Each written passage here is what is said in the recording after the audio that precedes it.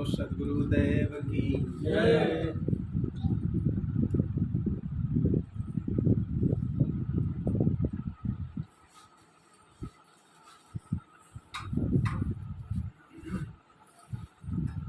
पारख रूप कबीर सृष्टि मनोमय से पृथक हरो महा हो भीर। बंदी छोर उदार चित संत सिरो मड़ियाप। पारख ज्ञान प्रकाश करी हरो मोह संताप। जीवन के उपकार हित सोई रूप सब संत। जे निज रूप को प्राप्त है अवज होए रहंत। बंदों शीस झुकाए है अज होए रहंत। बंदों शीस झुकाए है।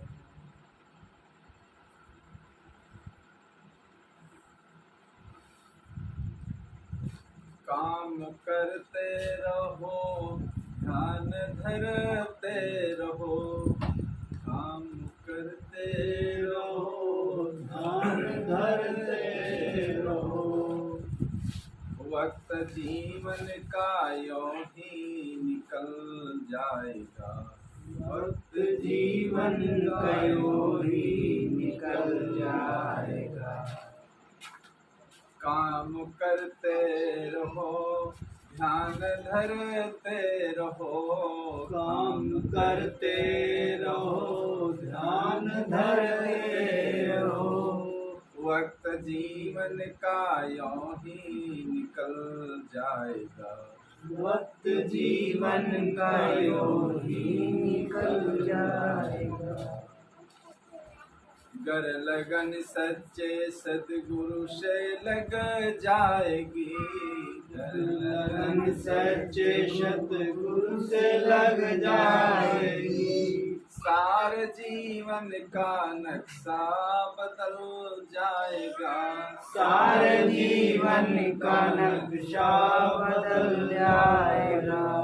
सारे जीवन का नक्शा बदल जाएगा।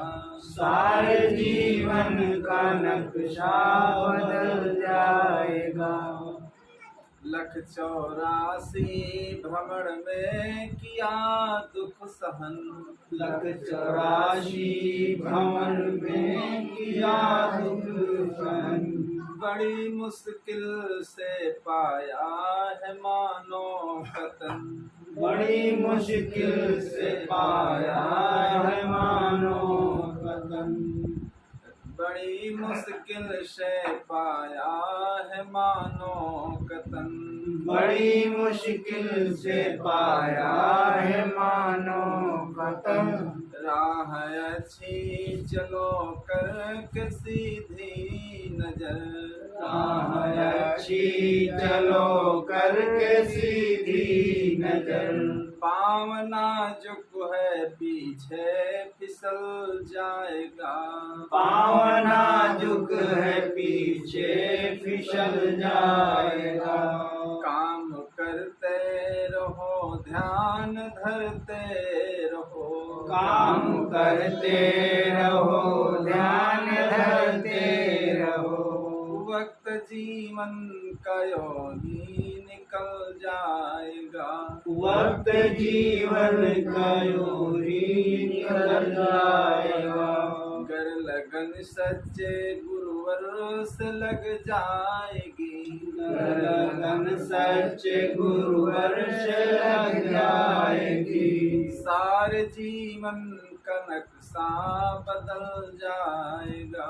सारे जीवन का नक्शा बदल जाएगा। सारे जीवन का नक्शा बदल जाएगा। सारे जीवन का नक्शा बदल जाएगा।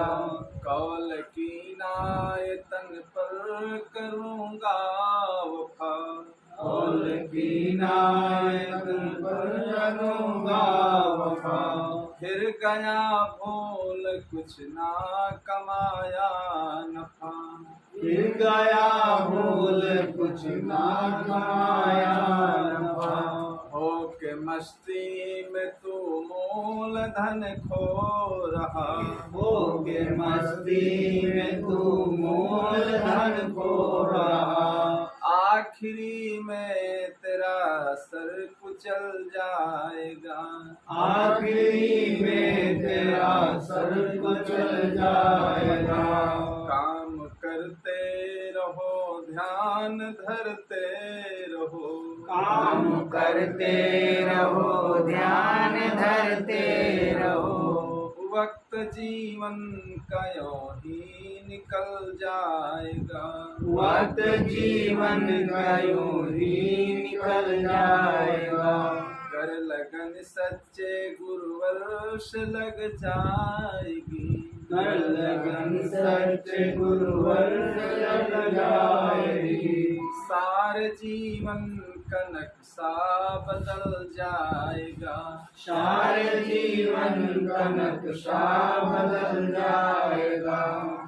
पंच विषयों में फंसना महाभूल है। पंच विषयों में फंसना महाभूल है।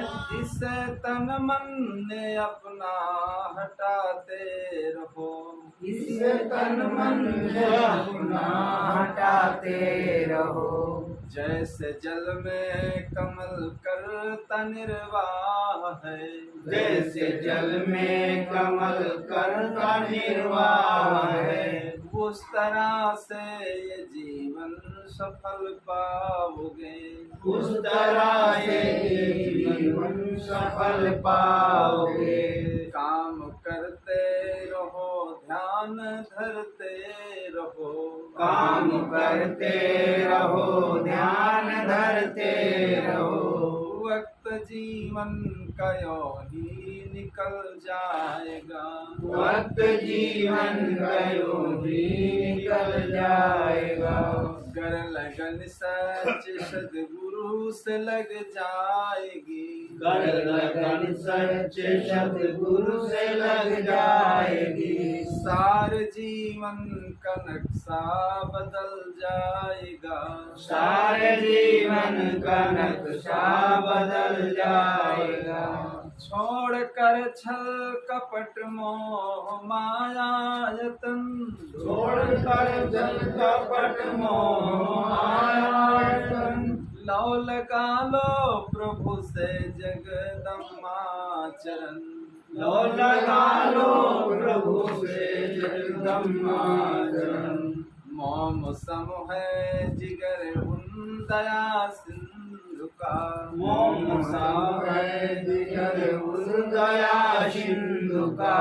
असर पड़ते ही फौरन पिघल जाएगा। असर पड़ते ही फौरन पिघल जाएगा। मोम सम है जिगर उन दया सिंधु का। मोम सम है जिगर उस दया सिंधु का। असर पड़ते ही फौरन पिघल जाएगा। असर पड़ते ही फौरन पिघल जाएगा। काम करते रहो ध्यान धरते रहो। काम करते रहो ध्यान धरते रहो। वक्त जीवन का यूं ही निकल जाएगा। वक्त जीवन का यूं ही निकल जाएगा। कर लगन सच सद्गुरु से लग जाएगी। कर लगन सच सद्गुरु से लग जाएगी। सारे जीवन का नक्शा बदल जाएगा। सारे जीवन का नक्शा बदल जाएगा। सारे जीवन का नक्शा बदल जाएगा। सारे जीवन का नक्शा बदल जाएगा। बोलो श्री गुरुदेव की जय।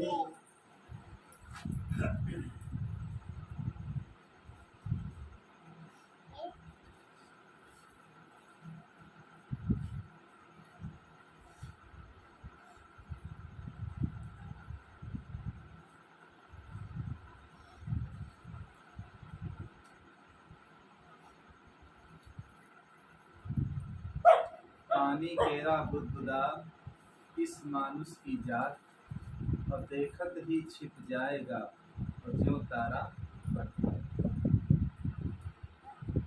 इस साखी में सद्गुरु कबीर साहब हम लोगों को क्या बताना चाहते हैं। एक एक साखी देखिए महामंत्र का काम करती है, महामंत्र का काम करती है। और एक साखी की एक ही अगर चौपाई जीवन में अगर हम लोग समझ लें सही ढंग से, तो पूरा हमारा जीवन देखिए पवित्र हो सकता है। इसीलिए इसका नाम साहब ने बीजक रखा। बीजक नाम क्यों रखा? अगर कोई प्रश्न करता है कि भाई आप कबीर पंथ में दीक्षित हैं, लेकिन कबीर पंथ की मुख्य ग्रंथ कौन?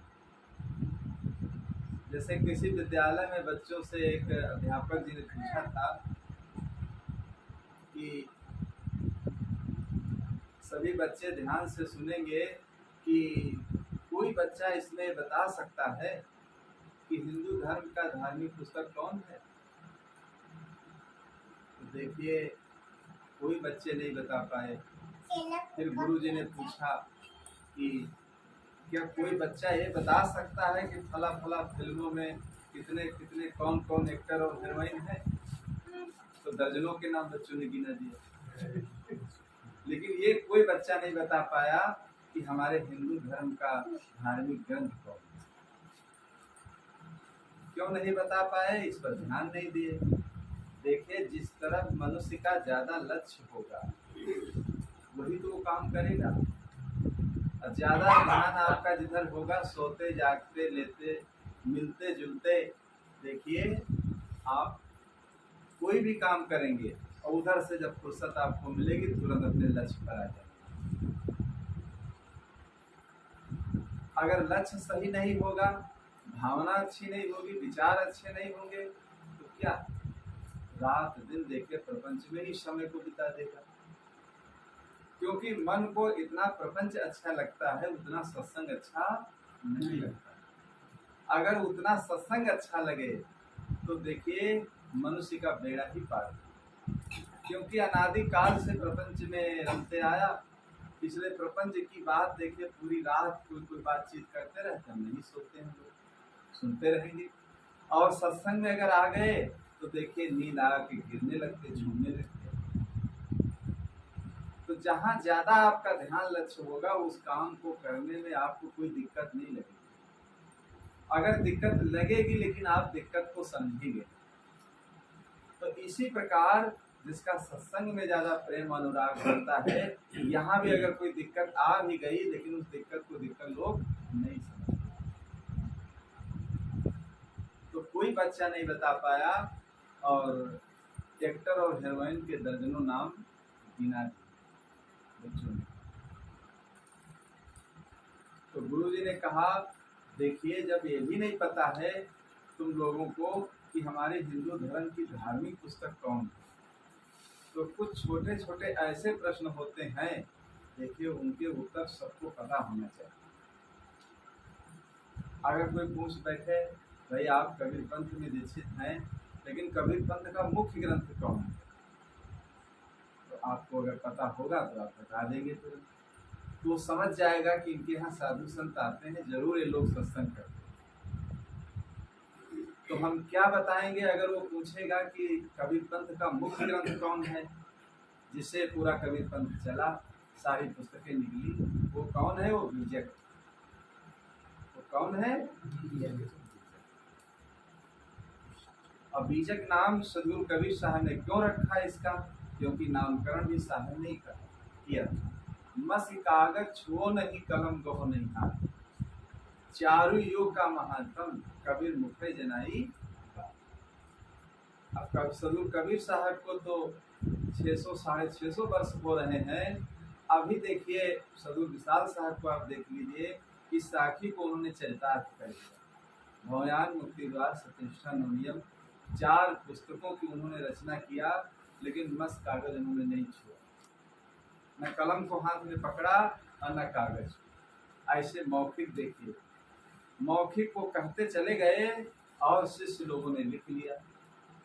वही लिखते लिखते देखिए वही का संग्रह है विशाल वचनामृत, जिसके 4 खंड हैं। और जब समय, और कभी ये नहीं कि बराबर ही बोलते चले गए तो लोग लिखते चले गए, जब समय उनका मन होता, वहां पर जहाँ साहब रहते थे कलम और वहां पर एक कापी रखी रहती, और जो सेवा में लोग रहते थे वहाँ आसपास, तो देखिए जब वो कुछ कहते थे तो तुरंत नोट करते, और वही नोट करते करते धीरे धीरे इतनी बड़ी पुस्तक कर, पढ़े लिखे बिल्कुल नहीं थे, केवल पुरोहित ने उनको वर्णमाला का ज्ञान करा दिया। देखिए कुछ बनने के लिए हर मनुष्य को कुछ परिश्रम करना पड़ता है, चाहे आध्यात्मिक क्षेत्र में हो और चाहे भौतिक क्षेत्र में हो, गृहस्थी में। यहाँ भी देखिए आलसी जो व्यक्ति है वो क्या कर पाएगा भाई। कुछ ऐसे जीवन के समय होते हैं जो वो अगर हम बेकार में गंवा देंगे तो हमारा बुढ़ापा दुखद होगा। 15, 20 और 25 साल से 30 साल तक देखिए ऐसा कुछ ये समय जीवन का होता है। इस उम्र में पूरा जीवन देखिए आधारित रहता है। जो लड़का, जो नवयुवक 15, 20, 25, 30 साल की उम्र में परिश्रम कर लेता है, अपनी पढ़ाई लिखाई सही ढंग से कर लेता है, और तो देखिए पूरा जीवन उसी पर आधारित हो जाता है, फिर आराम से बुढ़ापा भी उसका व्यतीत होता है। और जो बच्चे देखिए इस उम्र को गंवा देते हैं हाव भाव में, राग रंग में, या नाच सिनेमा में, या गंदी चीज़ों को खाने पीने में, या दोस्त मित्रों में इधर उधर घूमने में समय को निकाल देते हैं, तो देखें उनकी जवानी और बुढ़ापा सब खत्म। जैसे अभी मैंने सुनाया था वहाँ कि एक लड़का था नवयुवक, कोई आता करा, और एक बाबूजी भी बैठे हुए थे पास में, तो जब उसके नींद आवे तो बार बार उनके ऊपर गिर जाता था। तो 1-2 बार उन्होंने उठाया, फिर वो कहने लगे बहुत तुमको नींद आती है, इतनी नींद जब आएगी तो तुम्हारी सामान कोई दूसरा उठा कर लेकर चला जाएगा। क्या रात में चोरियां करते हो जो इतना सोते हो, बार बार गिरते हो? तो देखिए वो नवयुवक कहने लगा कि बाबूजी चोरियां नहीं करते हैं, गार्ड की नौकरी, इसलिए दिन में हम नहीं। देखिए नाइट जो ड्यूटी करते हैं, चाहे हॉस्पिटल में हो, थाने में हो, या रेलवे में हो, या वायुयान में हो, किसी भी विभाग में हो, तो दिन में देखिए उनको नींद अपनी पूरी करना पड़ता है, इसीलिए हमको नींद आती। तो देखिए उन्होंने क्या उत्तर दिया, बहुत अनुभवी। हर जगह, हर क्षेत्र में, हर जगह पर अच्छे लोग, खराब भी मिलते हैं और अच्छे भी।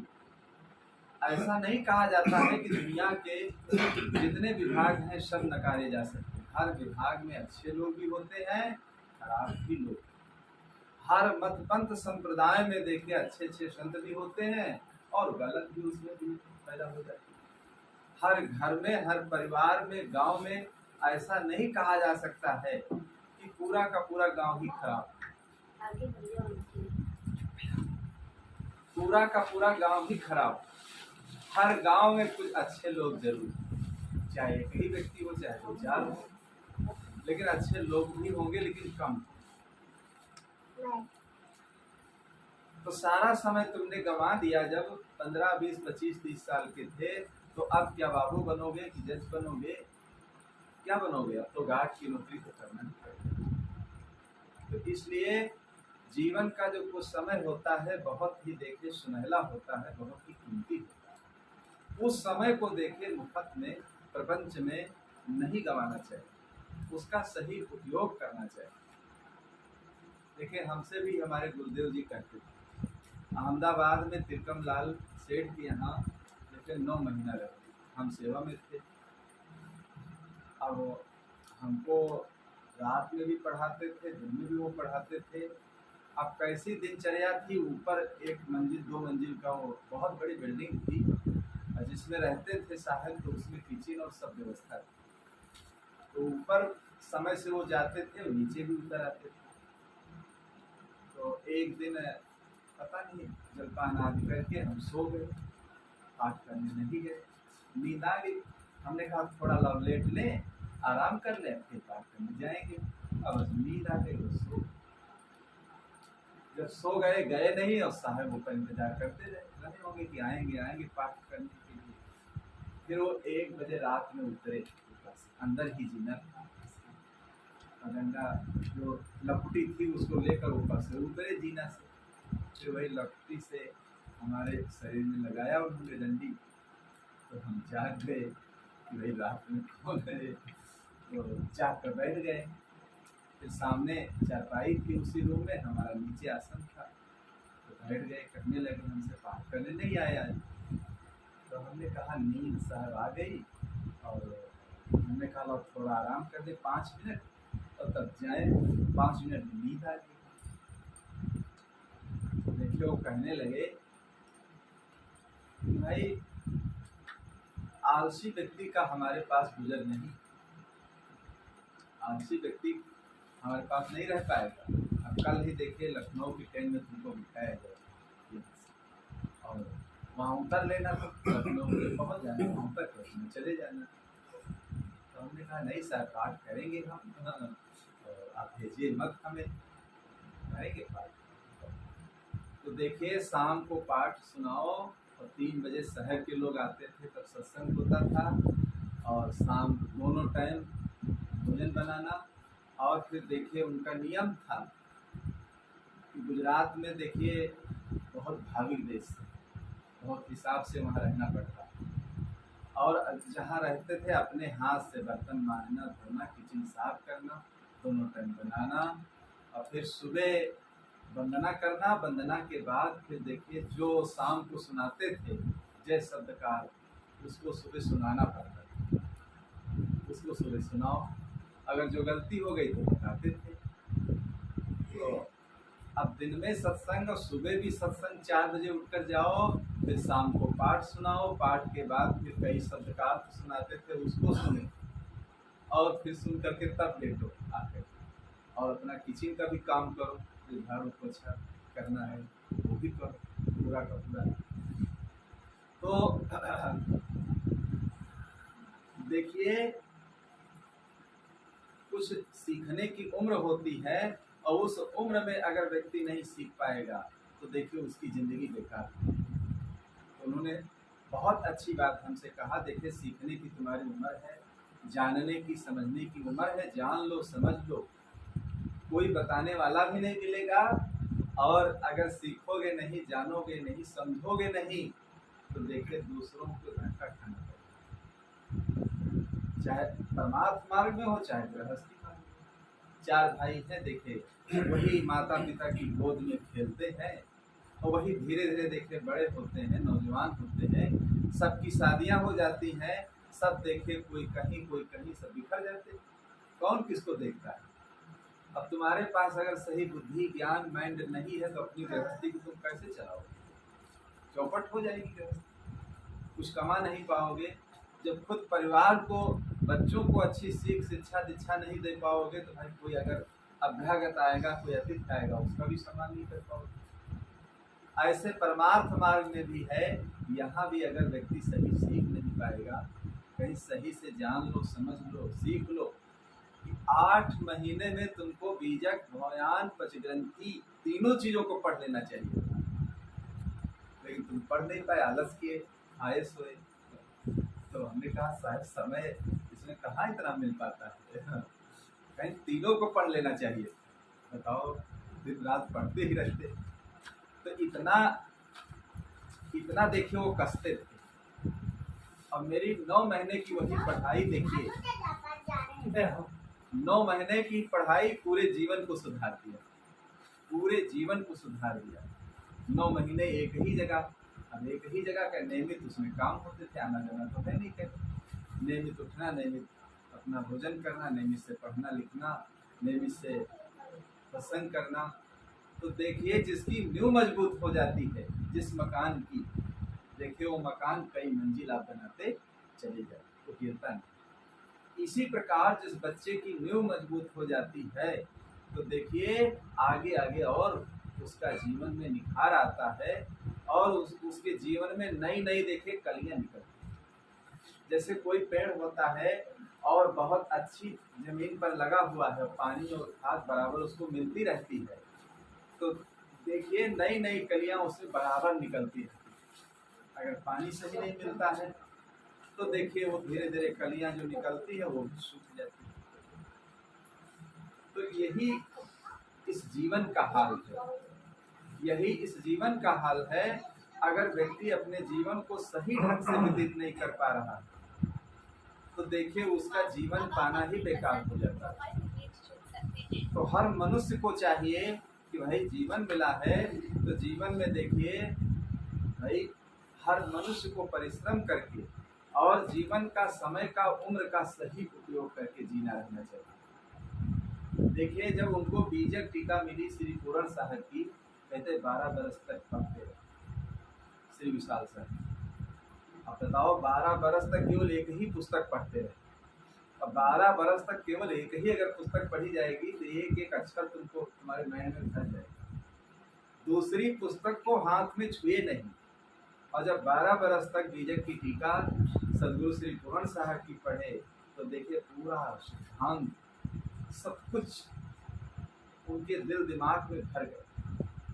तो विशाल बनने में देखिए 12-12 बरस तक एक ही पुस्तक को, तब देखे इतना नाम संसार में हुआ, लाखों लोगों का कल्याण। अगर कोई आलसी व्यक्ति होता तो क्या है, अगर कई पुस्तक आप दे भी दो तो 5 मिनट में ही 10-5 पुस्तकें देख करके फेंक देगा। फिर पढ़ लिया, फिर हाँ सब पढ़ लिया।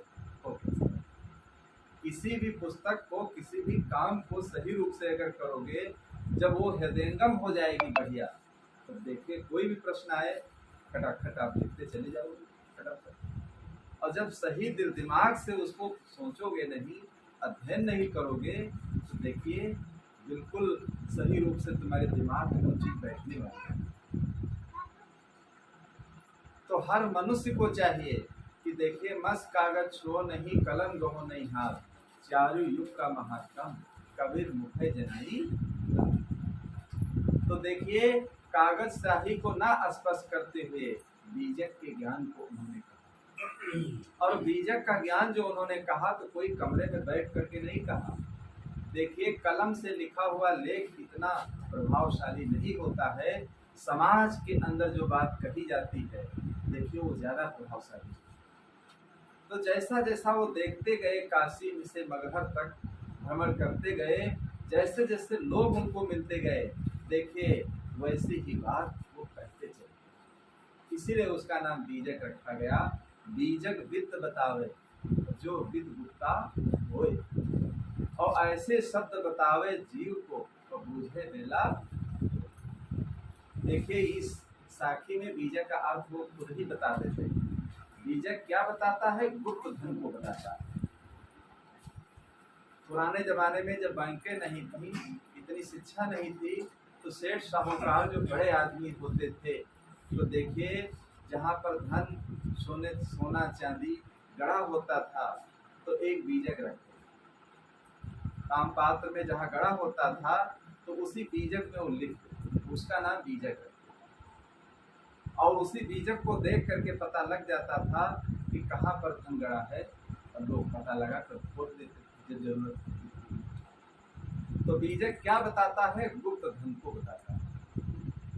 बीजक वित्त बतावे जो वित्त गुप्ता हो, और ऐसे शब्द बतावे जीव को और बूझे बिरला। ऐसे शब्द कहते हैं जीव को बताता है, हम सबको बताता है। कोई कोई बिरला व्यक्ति इसको बूझ पाता है, और जो इसको बूझ लेता है देखिए वो अपने आप को जान लेता है। जो अपने आप को जान लेता है देखिए सब कुछ जान लिया। अगर अपने आप को हम लोग नहीं जान पाए, सब कुछ जान लिए, सारी कलाओं का ज्ञान कर लिए, अपने आप को अगर नहीं समझ पाए तो सब लोग कुछ नहीं जान पाए। तो इसलिए ये गुप्त धन को बताता है जो आत्मज्ञान है। जिस आत्मज्ञान को हम देखें तीर्थों में, मूर्तियों में, मंदिरों में, महलों में खोजते हैं, देखिए उस आत्मज्ञान को करा देता है। पानी में मीन पियासी मोहे सुन सुनी आवत हासी। पानी में मीन पियासी, मोहे सुन सुन आवत हासी। आत्म ज्ञान बिना नर भटके, कोई मथुरा कोई काशी। आत्म ज्ञान बिना नर भटके, कोई मथुरा कोई काशी। आत्म ज्ञान बिना नर भटके, कोई मथुरा कोई काशी। आत्म ज्ञान बिना नर भटके, कोई मथुरा कोई काशी। जैसे मृगाना भी कस्तूरी, जैसे मृगाना भी कस्तूरी। बन बन फिरत उदासी, पानी में मीन पियासी। मैं सुन सुनी आवत हासी। पानी में मीन पियासी, मैं सुन सुन आवे हासी। पानी में मीन पियासी, मोहे सुन सुनी आवत हासी। पानी में मीन पियासी, मैं सुन सुन आवत हासी। मछली देखिए पानी में ही है लेकिन फिर भी प्यासी है, यही हमको आश्चर्य लगता है। तो उस आत्मज्ञान को देखिए बीजक बताता है, वो बीजक बता देता है आत्मज्ञान को। देखिए पूरे बीजक में यही दर्शाया गया, एक मृत्यु की बात बताई गई है कि जिससे व्यक्ति अहंकार में ना आए, और फिर देखिए आत्मज्ञान की चर्चा की कि कैसे हम लोग अपने आप को जाने। जब तक अपने आप को नहीं जान पाओगे तो संसार में भटकते रहो, और जब अपने आप का ज्ञान हो जाएगा, हम कौन हैं, हमारा कर्तव्य क्या है, हम कहाँ से आए हैं, हम कहाँ को जाएंगे, ये जीवन क्यों मिला है, इस जीवन का उद्देश्य क्या है। और तो देखिए ऐसे ऐसे प्रश्न जब आपके अंदर आते जाएंगे तो अपने जीवन के बारे में, आत्मज्ञान के बारे में सब कुछ समझ लो। तो हर मनुष्य का कर्तव्य होता है। देखिए जितने बड़े बड़े महापुरुष हुए, कोई आलसी व्यक्ति महापुरुष नहीं होता। बहुत देखिए उन्होंने तपाया अपने जीवन में, बहुत कठोर परिश्रम साधना करके देखिए तब वो लाखों के प्रेरणा स्रोत बन पाए। ऐसे देखे जो विद्यार्थी जीवन में बच्चे होते हैं, होनहार होनहार विद्वान के बहुत चीखने पाए। देखिए जो पौधा होनहार होता है, ऐसी ऐसी कलियां उसमें निकलती हैं, क्या विकसित होते देरी नहीं लगती। ऐसे जो बच्चे ही देखिए होनहार होते हैं तो वो भी देखिए उनको ज़्यादा बताना नहीं पड़ता है। बुद्धि देखिए कई प्रकार की होती है, एक कमलवत बुद्धि होती है, एक बालूवत बुद्धि होती है, और एक केलापात बुद्धि।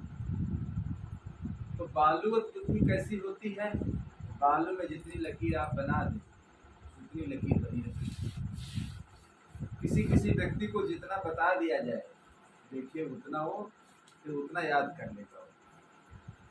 अब किसी किसी की कम्बलवत बुद्धि होती, कम्बल में सुई आप करिए और जितनी देर सुई रखोगे तो छिद्र रहेगा, और जब सुई को निकाल लोगे तो छिद्र ढक जाएगा। बहुत लोग हैं कहते हैं हम सत्संग में जाते हैं, सुनते हैं, लेकिन जब सत्संग से चले आते तो सब बातें भूल जाती, कोई बात याद नहीं, सब बातें भूल जाती। किसी किसी की केला पात बुद्धि होती है, केला के पत्ते को कितना भी आप थोड़ा फाड़िए, कितना भी सावधान होकर आप फाड़िए, लेकिन वो ज्यादा जरूर फट जाएगा। तो किसी किसी व्यक्ति को थोड़ी बात आप बता दीजिए, देखिए उसकी बुद्धि इतना तेज होती है कि उसी बात से देखिए उस मर्म निकाल देता है और आगे की बात बता देगा। तो इसलिए हर मनुष्य को चाहिए कि भाई आलसी व्यक्ति कोई महापुरुष नहीं बन पाया। आप भारतीय परंपरा में ले लीजिए, भारतीय परंपरा में जितने महापुरुष में संत ईसा को ले लीजिए, जिससे ईसाई पंथ चला। संत ईसा देखिए क्या करते थे, जंगलों में लकड़ी काटते थे और फिर लकड़ी को बेचने जाते, साधना भी करते थे, और जहाँ लोगों में जाते थे प्रवचन भी देते थे। मोहम्मद साहब इस्लाम धर्म के जो अगुआ थे, इस्लाम धर्म के जो अगुआ थे मोहम्मद साहब, तो मोहम्मद साहब क्या करते, जंगलों में ऊँटों को चराते, उससे अपना निर्वाह करते। महाराज श्री कृष्ण को देख लीजिए, महाराज श्री कृष्ण क्या करते थे, जंगलों में गौओं को चराते और एक तरफ गीता का ज्ञान भी देते थे। भारत के राष्ट्रपिता महात्मा गांधी देखिए क्या करते थे, महात्मा गांधी चरखा चलाते, सूत काटते। अब सूत काटने वाला व्यक्ति देखिए, एक समुद्र के किनारे रहने वाला व्यक्ति देखिए, राष्ट्रपिता बन गया। और जिनसे कबीर पंथ है चला, जिनसे कबीर पंथ चला, जो देखिए आज करोड़ों कबीरपंथी आपको भारत में ही मिलेंगे, करोड़ों कबीरपंथी भारत में मिलेंगे। और विदेश तक, विदेशों में भी देखिए बहुत कबीरपंथी हैं, कबीर साहब को मानने वाले हर मत पंथी हैं। तो जिससे कबीर पंथ चला, एक झुग्गी झोपड़ी में रहे, गरीबी में पाले पोसे गए, गरीबी में पाले पोसे गए, न किसी विश्वविद्यालय को गए, न किसी यूनिवर्सिटी को गए, और ना कोई शिक्षा ग्रहण किया, लेकिन इतना माइंड, इतना ज्ञान, इतना होनहार, इतना तीव्र बुद्धि कि काशी के बड़े बड़े ब्राह्मण देखे उनसे हार करके चले जाते, काशी के बड़े बड़े प्रकांड विद्वान देखे वो भी हार जाते थे, चकित हो जाते। ये ज्ञान कहाँ से आ गया इसके पास? तो जिनसे कभी पंथ चला, देखिए वो अपने बचपन में क्या करते थे, वो करघा चला, करघा चलाते थे, और करघा चलाकर देखिए वही बंडल बाजार को बेचने, उसी से गुजारा चलता। तो जितने हमारे भारतीय परंपरा में महापुरुष हुए हैं, सब देखिए इतने देखिए पुरुषार्थी रहे, इतने कर्मठ रहे। सारे महापुरुषों की बात अगर बताई जाए तो देखिए सब के सब जितने महापुरुष बने, तो ऐसे कर्मठ रहे, इसलिए वो महान, खुद अपना कल्याण किए, हजारों लाखों के प्रेरणा स्रोत। तो पानी केरा बुदबुदा इस मानुष की जान, और देखत ही छिप जाएगा और जो तारा। सदगुरु कबीर कहते हैं कि हम लोगों का जीवन कैसा है, पानी केरा बुदबुदा। देखिए जितने प्रमाण तुमको मिलेंगे सब प्रकृति से प्रमाण उन्होंने दिया, कहीं सूप से, कहीं चलनी से, कहीं पेड़ों से, कहीं पंछियों से, कहीं आसमान से, कहीं हवाओं से, सब प्रकृति से प्रमाण दे दे करके कोई बात वो कहते हैं तो बिना प्रमाण की कोई बात ही नहीं कहते। पानी केरा बुदबुदा, कहीं देखा होगा पानी बरसा होगा जब बुज्जा क्या उठते हैं, पानी एक तरफ बुज्जा उठते हैं, एक तरफ खत्म। तो पानी केरा बुदबुदा इस मानुष की जात, और देखत ही छिप जाएगा ज्यों तारा प्रभात। जैसे सूर्य निकलते ही निकलते देखिए तारे सब ओझल हो जाए, तारे कब तक टिमटिमाते हैं, जब तक सूर्य नहीं निकलता, और जैसे सूर्य निकला तारे ओझल हो गए। तो ऐसे हम लोगों का जीवन है पानी के बुज्जा के समय, और हम लोग कितना अहंकार इसका करते हैं, कितना घमंड करते हैं, कितना अभिमान करते हैं। जीवन में अगर कोई चीज प्राप्त हो गई, उसका देखे अभिमान कितना कर लेते हैं, अभिमान किए के घूमते हैं। तो सारे अहंकार देखिए, जब मनुष्य के अंदर ज्ञान आ जाता है तो सब चूर हो जाता है। बहुत लोग जगह का अहंकार, धन का अहंकार, शरीर का अहंकार, परिवार का अहंकार, और अगर कुछ खरीद कर लाते हैं तो उसका भी अहंकार उनके मन में बन जाता है। देखिए संसार के जितने अहंकार हैं सब एक दिन चूर हो जाए। बड़े बड़े महारथी, बड़े बड़े वीर, बड़े बड़े योद्धा इस दुनिया में आए, सब देखे धरती में समा गए। जैसे एक गांव में महती थी, उन्होंने टड़िया बनवाया, पुराने जमाने का गहना, और जब टड़िया बनवा के लाई तो मान सम्मान बहुत चाहती थी, उसका अहंकार था, लोग जाने, और लोग जाने तो हमारी वाहवाही करें। तो अब पहने थी, अब गांव में कोई व्यक्ति नहीं पूछा कि कितने में बनवाया, अब बहुत परेशान कि सब लोग जाने। अब कोई जब नहीं पूछा किसी ने, इधर उधर निकली बहुत, लेकिन कोई नहीं पूछा कितने में टड़िया बनवाया। तो उस जमाने में देखे कच्चे और फूस के सब घर होते थे, तो बहुत क्रोध में आकर के इतना क्रोध बबूला हो गई कि घर में अपने आग लगा दी और घर जलने लगा। जब घर जलने लगा तो सब गांव के लोग दौड़े। एक घर अगर जलेगा तो पूरा गांव जल जाता था उस जमाने में। आज भी है, बहुत बड़ा विस्फोट अगर हो पक्के घर भी जलने लगते हैं, पक्के घर भी जलने लगते हैं। तो इसीलिए सब लोग दौड़ते थे कि पूरा गांव जल करके खाक हो जाएगा। हर व्यक्ति के यहाँ छप्पर होते थे, पकड़ते पकड़ते जल जाएगा। तो सब लोग बुझाने लगे, और जब बुझाने लगे लेकिन तब भी कोई नहीं पूछा कि कितने में टड़िया बनवाया है, कितने पैसे लगे हैं। तो जब पानी डालें, जहाँ जहाँ लोग पानी डालें तो हाथ उठा उठा कर इशारा करती कि कोई अभी देख ले कि कितने में बनवाया, लेकिन कोई नहीं देखा। जब घर जल करके सब खाक हो गया, तब एक व्यक्ति जब चलने लगा तो पूछा, अरे ये टड़िया, ये कितने में टड़िया बनवाया? तो वो कहने लगी, क्रोध बबूला आग में होकर के घर जल करके खाक हो गया, तब तुमने पूछा? अगर यही बात पहले पूछ लेती तो घर मेरा जल करके कैसे खाक होता? तो पहले नहीं पूछा, अब पूछा। इसी कारण देखे टड़िया के कारण ही घर जल गया। इतना मतलब सम्मान चाहती, सम्मान की इतना भूखी। अरे कोई काम हमने किया है, कोई नहीं जाना है तब भी क्या है। अगर आपने कोई अच्छा काम किया है, कोई नहीं जान पाया, लेकिन आपको उसका फल मिल जाएगा, आपको उसका फल मिल जाएगा। बहुत दिनों की बात है, मुझे याद आ गई, यही कबीर मंदिर डालीगंज की बात। कुछ है यहीं इसरौली के पास कुछ पंजाबी लोग थे, वो साहब से भक्त, और फिर पंजाब चले गए। और वहाँ डालीगंज में सत्संग चल रहा था, भंडारा था, और वो लोग लौटे होंगे या यहाँ कुछ जमीन हो या आए थे, तो सुना तो वो यहाँ आ गए आश्रम के अंदर। और वही उनके ही बच्चे थे जो शहर से सब भक्त थे, पंजाबी लोग। तो देखिए जब आए, बैठे, भोजन किए, कुछ उनकी इच्छा थी वहाँ करने के लिए कि हम लोग बहुत दिनों के बाद आए हैं और सब साधु संत मिल गए, और पहले आते थे हमारे यहाँ, तो सोचे लाओ यहाँ भंडारा कर दें, कुछ कर दें। लेकिन भंडारा जो कुछ उन्होंने दिया, लेकिन फिर देखिए क्या कह दिया, देखिए किसी को बताना मत, कितने पैसे दिया है, इतना सबको खिलाया पिलाया, ये कुछ बताना, मतलब गुप्त रखना, इसको गुप्त रखना। तो भंडारा हुआ, बात तो गुप्त थी लेकिन सब लोग जाने। जिस चीज को नहीं बताया जाएगा उसको सब धीरे धीरे जान जाएंगे। कुछ ऐसी चीजें हैं आप बताते घूमिएगे, संसार में घूमते जाओ कि जहाँ सब जानते जान जाए, सब जान जाए, लेकिन लोग उसको विसार देते।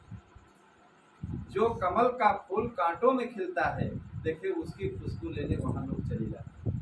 अब देखिए साहब ने, सदगुरु विशाल साहब ने कहीं वो प्रचार भी करने नहीं गए, लोग छिप कर रहते थे, और बड़े लोगों से, बहुत धनी मानी लोगों से डरते थे, उनसे प्रेम नहीं करते थे, और लोग छिप कर रहते थे, और कहीं न प्रचार प्रसार किए, न कभी कोई 100, 200, 50 व्यक्तियों को बैठा कर न कोई प्रवचन दिया, कुछ नहीं किया।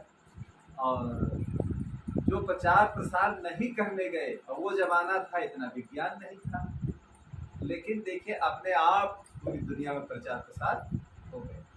अब लोग देखे न मालूम कितना प्रचार प्रसार करते हैं, फिर भी नहीं हो पाता। सदगुरु कबीर साहब का जमाना था, देखिए अब लाखों कबीर पंथी हैं, वो प्रचार नहीं कर पाते हैं। आज से 650 वर्ष पहले कबीर केवल एक, तो पूरे भारत में देखकर उन्होंने प्रचार कर दिया।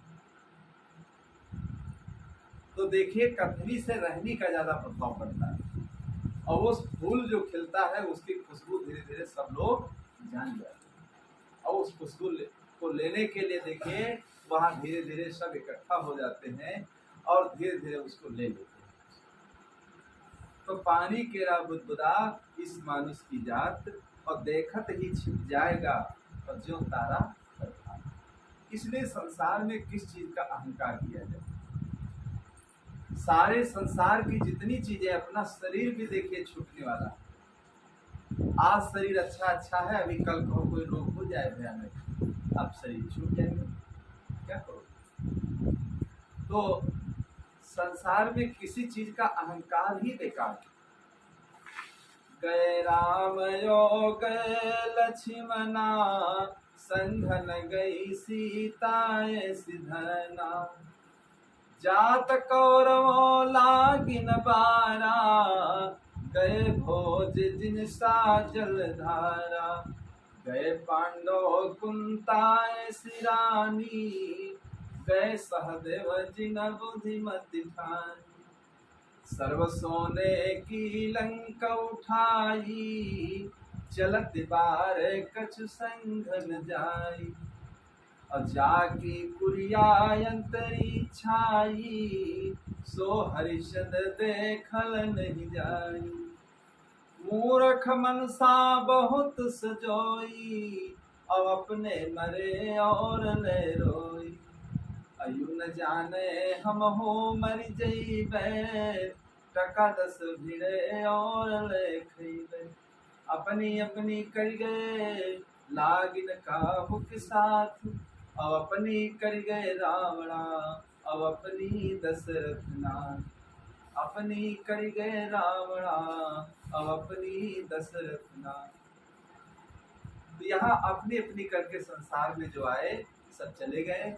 जो अच्छे काम किए देखे खुशबू उनकी आज भी संसार में फैली हुई है, और जो गलत काम किए उनकी बदबू फैली हुई है। जिन्होंने अच्छे काम करके दिखलाया उनकी खुशबू फैली।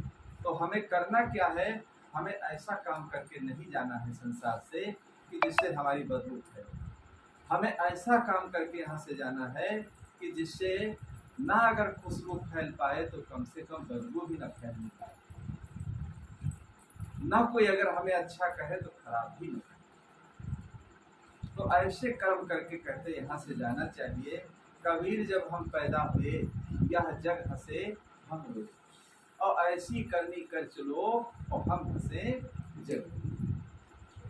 तो बच्चे का जन्म होता है तो बच्चा देखे रोता है, अगर बच्चा नहीं रोता है तो घर के सारे लोग रोते हैं कि जरूर बीमार अस्वस्थ, क्योंकि जन्म लेने में बच्चे का रोना ही सुख माना जाता है।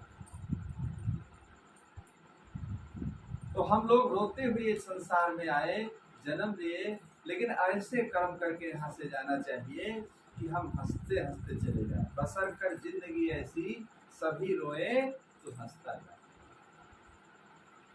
हम हंसते हंसते चले जाएं, लेकिन हमारे लिए लोग रोए, हमारे लिए लोग रोए, हमारी आवश्यकता समझी कि आज ऐसे अगर लोग होते तो और समाज का कल्याण होता, समाज का देखे उद्धार होता। स्वामी दयानंद सरस्वती के भंडारी ने देखे जब उनको जहर दे दिया, और स्वामी दयानंद सरस्वती समझ गए कि अब हमारा शरीर छूट जाएगा। वो समझ गए किसी ने दे दिया, शरीर ऐठने लगा। तो देखिए स्वामी दयानंद सरस्वती ने अपने भंडारी को बुला करके उन्होंने क्या कहा, अपनी झोली से पैसे निकाल करके दिया कि यहाँ से आप चले जाएंगे, अभी कुछ देर में हमारा शरीर छूट जाएगा। और सब शरीर छूटेगा तो लोग यहाँ इकट्ठे होंगे, और इस चीज को जब जान पाएंगे तो हमारा तुम्हारा साथ में ही अंतिम संस्कार होगा। क्रोध में आ जाएंगे लोग, अब किया तो तुमने गलत, अभी हमें समाज के लिए बहुत कुछ करना, लेकिन अब शरीर जा रहा है तो ठीक है, शरीर तो एक दिन जाएगा ही, अब आज ही जा रहा है तो समाप्त हो चुका है। देखिए अभी उनके अंदर क्या भावना थी, अभी समाज के लिए बहुत कुछ हमें करना था, लेकिन अल्पवायु में ही देखिए जब जहर दे दिया भंडारी ने तो शरीर छूट। तो लोग अपने लिए जीते हैं, लेकिन कुछ संसार में ऐसे लोग होते हैं जो दूसरों के लिए जीते हैं, जो दूसरों के लिए जीते हैं, दूसरों के परोपकार के लिए देखिए अच्छे काम करते हैं। अपने लिए तो सब लोग जी लेते हैं, खा लेते हैं, पी लेते हैं, सारी दुनिया के लोग। जो दूसरों के लिए जीता हो, जो दूसरों के प्रति कुछ करता हो, देखिए विशेषता उस व्यक्ति की। किस चीज का संसार में अहंकार किया जाए, न तन का, न धन का, न मन का, न परिवार का, न बच्चों का, न घर का, न मकान का। ऐसी संसार की चीजें हैं कि देखते देखते आदमी रह जाता है, और देखते ही देखते देखिए इस संसार की चीजें सारी देखिए सब विस्मरण हो जाती हैं। तो ये संसार क्या है? बिल्कुल सपना। संसार बिल्कुल सपना है, और जैसे सपने में व्यक्ति देखता है तो लगता है उन्हें सत्य, लेकिन जब जगता है तो उसको कुछ नहीं दिखाई देता। यही मौत की बात होती है। इसीलिए कहते हैं मौत की याद इसीलिए दिलाई जाती है। जब मौत की याद हम कर लेंगे तो देखिए हमारे जीवन में गलत काम नहीं होने पाएगा। जब मौत की याद हम कर लेंगे, एक जिज्ञासु को एक संत ने बता दिया कि कैसे हमारा लक्ष्य सही रहे, हमारी भावनाएं बहुत गंदी है, तो महात्मा जी ने कह दिया कल तुम्हारी 12 बजे मौत हो जाएगी, शरीर छूट जाएगा। तो जब चले गए अपने घर को तो 12 बजे तक जितने अच्छे काम करना था सब कर दिया, नींद भी नहीं आई, लेकिन मौत नहीं आई। जब गए महात्मा जी के पास मिलने तो कहने लगे मौत तो नहीं आई तुम्हारी, आपने कहा था। कहे हाँ हमने कहा था मौत तो आपकी नहीं है, लेकिन मौत एक ऐसी चीज है, आप कितने आपने गंदे काम किया, कितने अच्छे किए, कहीं एक भी खराब काम नहीं है, सारे काम अच्छे ही अच्छे। तो आपने बता दिया था कि 12 बजे तुम्हारा शरीर छूट जाएगा, तो वही भाव अंदर भरा रहा कि अब तो मेरा शरीर छूटने वाला है, अब 4 घंटा बचे, अब 5 घंटा बचे, 3 घंटा बचे, ऐसे ऐसे घटता गया समय धीरे धीरे।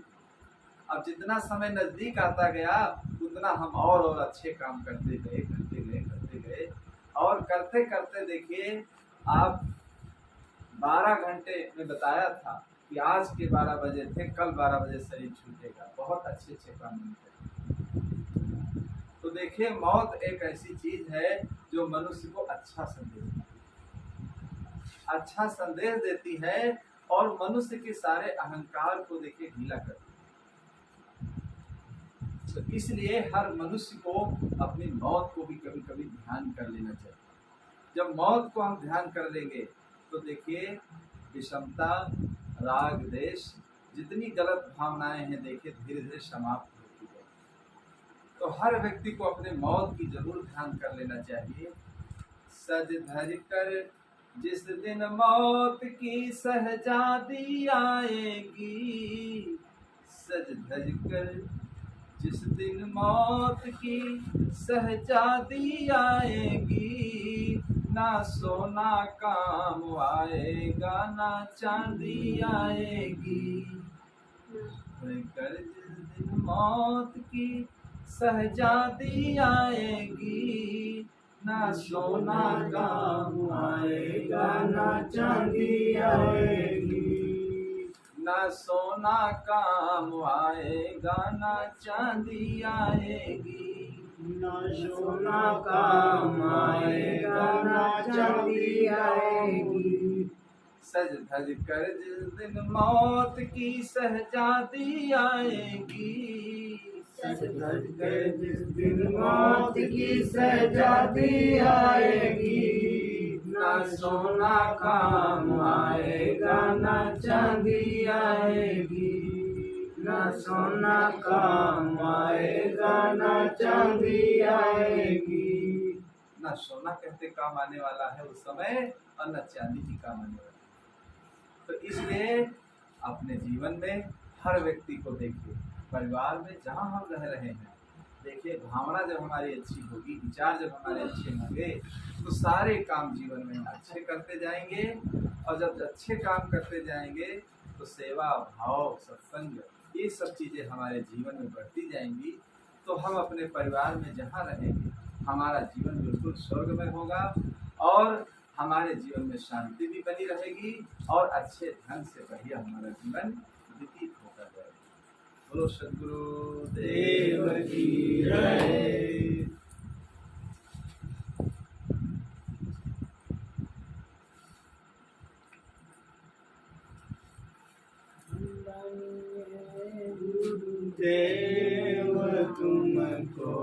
वंदनीय गुरुदेव। साहिब के फंदा भारी, काले जाल के फंदा भारी, परख लगायो हेव तुमको, परख लगायो हेव तुमको। वंदनीय गुरुदेव, वंदनीय गुरुदेव तुमको, वंदनीय गुरुदेव। वेद शास्त्र सब खोजते हारे, वेद शास्त्र सब खोजते हारे, मर्म न जानत केव तुमको, मर्म न जानत केव तुमको। वंदनीय गुरुदेव, वंदनीय गुरुदेव तुमको, वंदनीय गुरुदेव। तू समान और को दाता, पुरुष मान और को दाता, ताकि करिए सेव तुमको, ताकि करिए सेव तुमको।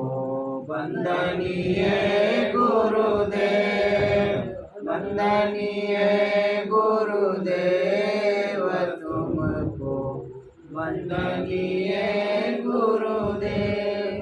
साहिब कबीर अभय पद दाता, साहिब कबीर अभय पद दाता, पूरण परकश देव तुमको, पूरण परकश देव तुमको।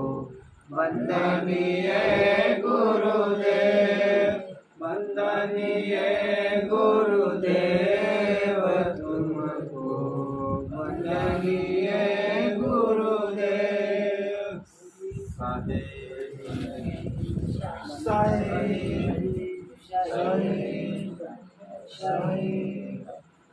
बोलो सद्गुरुदेव की जय।